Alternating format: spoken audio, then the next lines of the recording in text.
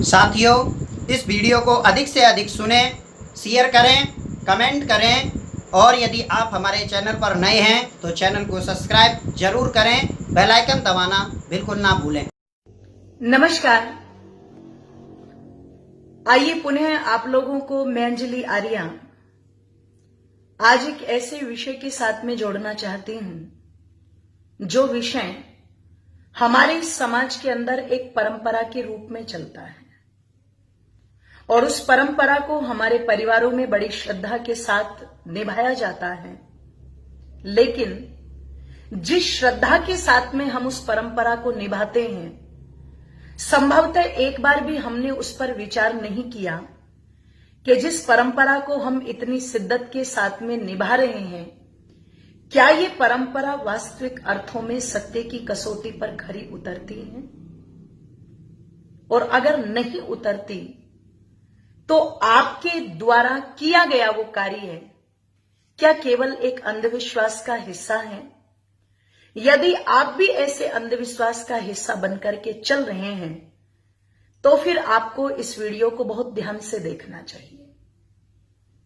चिंतन करते हैं, महर्षि दयानंद ने जब पंच महायज्ञों की व्यवस्था हम सबको दी तो उसमें एक यज्ञ का वर्णन किया गया जिसका नाम है पितृयज्ञ। और ऋषि दयानंद बिल्कुल स्पष्ट लिखते हैं कि प्रत्येक घर के अंदर ये पितृयज्ञ होना चाहिए, अर्थात पितरों की पूजा होनी चाहिए। पर इस पितर शब्द पर ध्यान देने की जरूरत है कि क्या ये पितर शब्द जीवित के लिए आता है या मृत के लिए आता है? क्योंकि अभी जो श्राद्ध पक्ष आगे आने वाले दिनों में चलेंगे उनमें पितर शब्द की भ्रांति यह है कि हम लोग मानते हैं जो मर गए, जो मर करके चले गए वो हमारे पितर हैं और उनके लिए साल में हमें एक दिन भोजन जो है वो कहीं ना कहीं पंडितों के माध्यम से पहुंचाना चाहिए। वस्तुएं अगर हम कुछ चाहते हैं अपने पितरों को पहुंचाना तो वो भी हम पंडित जी को दान कर दें। अगर हमने उनको भोजन करा दिया या कोई वस्तु उनको दे दी तो वो सीधे सीधे हमारे पितरों तक पहुंच जाएगी। तो आप चिंतन कीजिएगा, यदि आपके घर से कोई भी व्यक्ति कहीं पर नौकरी करने जाता है और वो 2-3 किलोमीटर 5 किलोमीटर के दायरे में ही नौकरी करता है, सुबह सुबह आप रोज उसको टिफिन बना करके देते हैं और एक दिन आप ये कह दें कि चलो आज आपको टिफिन नहीं देंगे, आप चले जाइए ऑफिस और मैं आपका जो भोजन है वो पंडित जी को करा दूंगी, वो आप तक पहुंच जाएगा, आप बिल्कुल चिंता ना करें। तो मैं कुछ नहीं कहूंगी क्योंकि मुझ पर आक्षेप लग सकता है कि मैं कार्य समाजी हूं, शायद इन चीजों को नहीं मानती। पर जो भी बुद्धिजीवी मेरी इस वीडियो को सुन रहा है वो एक बार जरूर चिंतन करे, क्या 5 किलोमीटर की दूरी पर भी पंडित जी का खाया हुआ भोजन आपके परिवार के उस सदस्य तक पहुंच सकता है? और यदि नहीं पहुंच सकता तो आपके घर से जिनकी भी मृत्यु हुई है आप नहीं जानते कि उनकी यात्रा क्या चल रही है। परमात्मा की व्यवस्था से मृत्यु के पश्चात वो अपने कर्मों के अनुसार किस शरीर में जन्म लेकर के कहां पर विचरण कर रहे हैं आप नहीं जानते, लेकिन फिर भी आप भोजन खिलाते हैं ये सोच के कि उन तक पहुंच रहा है। यहां मैं एक बात स्पष्ट करना चाहूंगी, पंडित जी को भोजन कराना कोई बुरी बात नहीं है, आप उनको कराइए। पंडित, ब्राह्मण, विद्वान पूज्य होते हैं, निश्चित हमें उनका सम्मान करना चाहिए और हर रोज करना चाहिए। जब भी आपको ऐसा अवसर लगे आप उनको भोजन कराइए, उनका सम्मान करें, ये हमारी संस्कृति है, अच्छी परंपरा है। लेकिन ये सोचकर के श्राद्ध पक्ष में कि ये उन तक पहुंच जाएगा तो आप और हम भी तो कहीं से मर करके आए हैं, हमारा भोजन आज तक हमारे पास क्यों नहीं पहुंचा, इस पर चिंतन जरूर कीजिएगा। और दूसरी बात, आप विचार करो, पंडित जी ने जो भोजन कर लिया वो झूठा हो चुका है। भोजन का एक प्रोसेस होता है कि खाने के बाद में वो किन किन अवस्थाओं से गुजरता है और वो एक मल बन जाता है कुछ समय के बाद में। तो क्या वो मल हम उन तक पहुंचा रहे हैं? क्या ये पाप नहीं है? क्या ये एक अंधविश्वास नहीं है? इस पर भी चिंतन जरूर करें। अब आप कहोगे कि क्या ये समाज श्राद्ध का विरोध करता है? क्या आर्य समाज पितर को नहीं मानता? बिल्कुल मानता है। आर्य समाज श्राद्ध को भी मानता है, आर्य समाज पितर को भी मानता है। अगर पितर शब्द को न मानता होता तो ऋषि दयानंद जी इस यज्ञ का नाम पितृयज्ञ न रखते। पितृयज्ञ रखा ही इसीलिए गए हैं क्योंकि ये हमारे पितरों से जुड़ा हुआ है। पर भ्रांति ये है कि जिन लोगों ने ये मान लिया कि पितर मरे हुओं के लिए प्रयोग किया जाता है, उन्हें एक बार मेरे कहने से श्रीमद् भगवत गीता को ध्यान से पढ़ना चाहिए। मैंने अपने किसी ग्रंथ का उदाहरण नहीं दिया।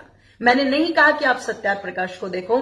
मैंने सीधी सी बात कही कि आप श्रीमद् भगवत गीता को पढ़ें और गीता के प्रथम अध्याय में अर्जुन के मुख से आपको ये सुनने को मिलेगा कि अर्जुन जी योगीराज कृष्ण से कहते हैं, हे माधव, मेरे सामने ये जो मेरे पितर खड़े हुए हैं, मैं इनको कैसे मार दूं?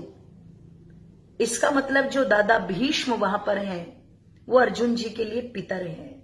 जो द्रोणाचार्य वहां पर हैं, वो उनके लिए पितर हैं। वहां पर बिल्कुल स्पष्ट है कि मैं इनको कैसे मार दूं। तो इससे क्या निकला कि पितर शब्द मरे हुओं के लिए नहीं आया, पितर शब्द जीवितों के लिए आया।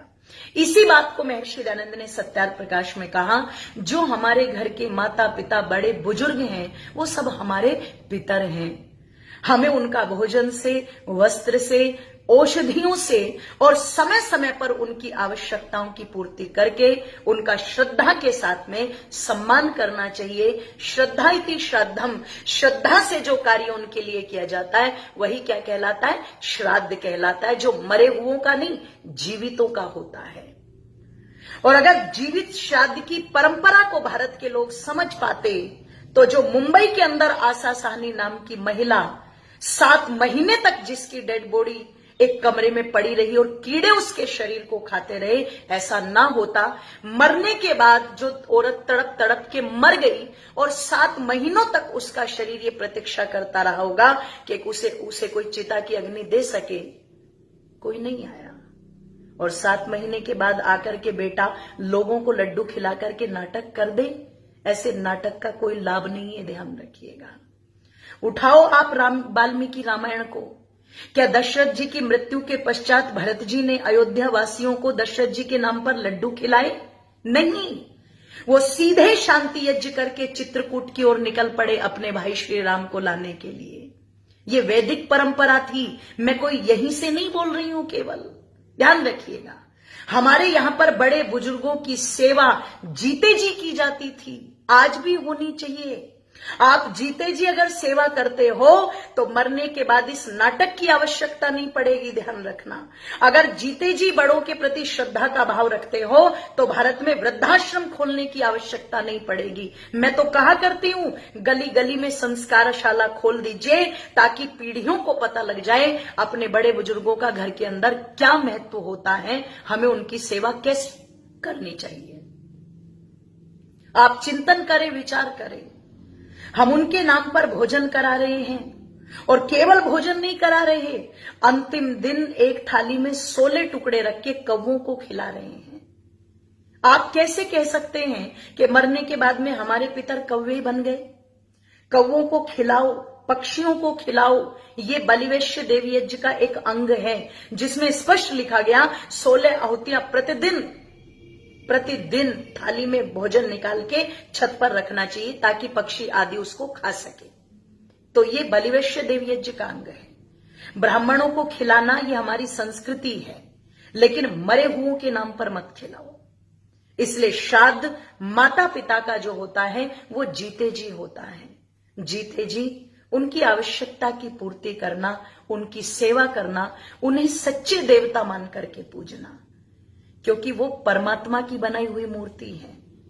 खाती भी हैं, नहाती भी हैं, कपड़े लाके दो तो पहनती भी हैं, पैर दबाओ तो सोती भी हैं, हंसती भी हैं, बोलती भी हैं और आपको आशीर्वाद भी देती हैं। अपनी बनाई हुई मूर्ति की पूजा तो सब करते हैं, पर परमात्मा की बनाई हुई मूर्ति की पूजा करनी चाहिए जैसे भगवान राम ने की थी।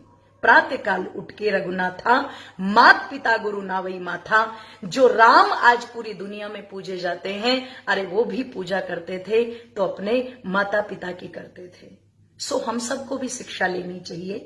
और ये जो श्राद्ध पक्ष के अंदर हम अंधविश्वास की ओर चले जाते हैं कि साल में एक दिन केवल उनको भोजन पहुंचाना है, निवेदन कर दूं, वो भोजन उन तक नहीं पहुंचता, वो अपने कर्म के अनुसार किसी दूसरे शरीर में हैं। इसलिए आप लोग इस बात को समझे और श्राद्ध शब्द को मरने के बाद नहीं अपितु जीते जी जोड़ने का प्रयास करें। आप सभी का बहुत